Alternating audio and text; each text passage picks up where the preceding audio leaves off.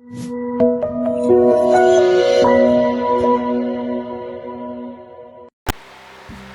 علیکم، بسم اللہ الرحمن الرحیم۔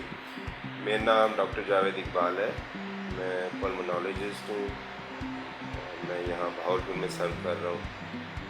آج جس اہم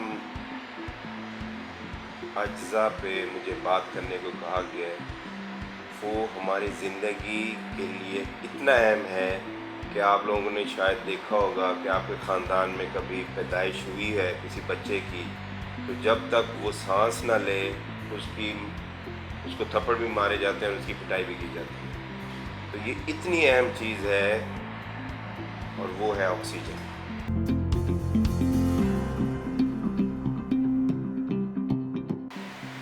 تو جو نارمل لوگ ہیں ان کے لیے یہ آکسیجن فضا میں 21% ہے اور وہ ہمارے لیے کافی ہے۔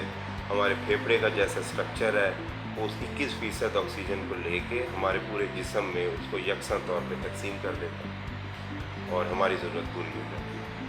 مسئلہ تب کھڑا ہوتا ہے جب کسی وجہ سے پھیپھڑے میں کوئی ایسی بیماری آ جائے جس کی وجہ سے اس کی جو جھلیاں ہیں وہ اتنی سخت ہو جائیں کہ وہ 21% آکسیجن کم پڑ جائے اور وہاں سے گزر نہ سکے۔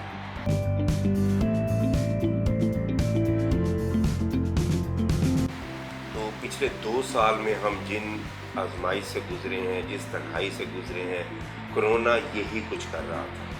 پھیپھڑے کو بالکل ایسا کر دیتا تھا کہ وہاں سے نارمل آکسیجن کی مقدار گزر ہی نہیں سکتی تھی، بہت زیادہ آکسیجن دینی پڑتی تھی پھر جا کے وہ وہاں سے اندر جاتی تھی۔ ایک چیز روزمرہ زندگی میں ہمارے سگریٹ پینے والے لوگ، نمونیا والے لوگ، وہ لوگ جن کی الرجی اتنی بگڑ گئی ہو کہ ان کی ہسپتال کے بار بار چکر لگ رہے ہوں، اور اس کے علاوہ ایک بیماری ہوتی ہے جو جوڑوں والوں کو یا بغیر جوڑوں والوں کو ہوتی ہے جس کو ہم انٹرسٹیشل لنگ ڈیزیز کہتے ہیں، ان میں یہ ہو جاتی ہے۔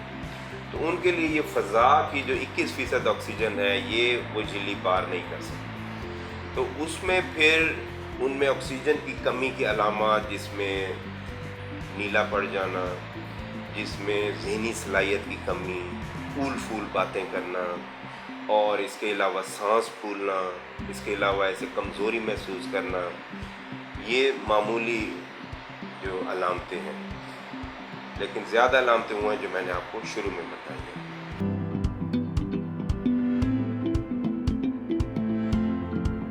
اب اس کا بھی ٹیسٹ کرنے کا بہت سارے اچھے طریقے آ گئے ہیں۔ ایک چیز ہوتی ہے پلس آکسی میٹر، جو ہم اب انگلی پہ لگائیں تو ہمیں ایک طرف نمبر بتاتا ہے اور ایک طرف ہمیں وہ پلس بتاتا ہے۔ وہ نمبر جو بتا رہے وہ آکسیجن کے، اگر وہ 95 سے اوپر ہے تو پھر تو بالکل ٹھیک ہے، لیکن اس سے نیچے ہے تو ڈاکٹر کو فیصلہ کرنے دیں کہ کتنی کم ہے آکسیجن۔ پھر اس رگ سے ہم خون نکال کے اس کا بھی چیک کرتے ہیں، اگر وہ 55 سے کم ہو تو بھی وہ کم ہے اور اس کو کمی کو پورا کرنا ہے۔ اچھا، اب اس کمی کو کیسے پورا کریں؟ اب فضا تو ہمارے اختیار میں ہے نہیں، تو اس کے لیے پھر آکسیجن مختلف قسم کی مشینیں بنائی گئی ہیں، لیکوڈ آکسیجن بنائی گئی ہے اور گیس آکسیجن بنائی گئی ہے۔